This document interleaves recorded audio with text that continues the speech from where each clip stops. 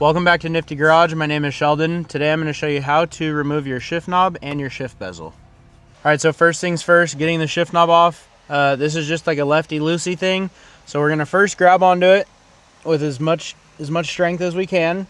Sometimes they break loose, sometimes they don't. And if they don't, that's why I have these ready.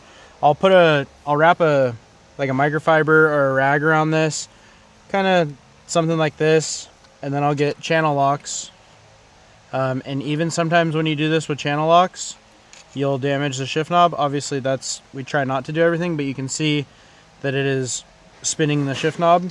Anyways, this one broke free by hand. So let's just loosen this off.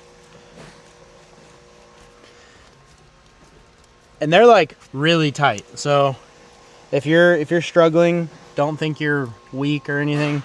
It's just if the knob has never been off the car, they're very strong. So to remove the shift knob, just loosen it up. And then you're gonna see like a little washer. If you're replacing the knob, just don't lose this washer. I guess that's key. So I'm gonna keep that inside there, put that to the side, and now we can remove the shift bezel.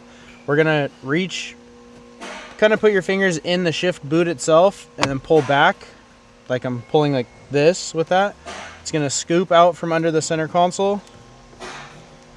You can move this to the side. Don't pull it super hard because we have a little plug back here. Push down on the tab, pop that out.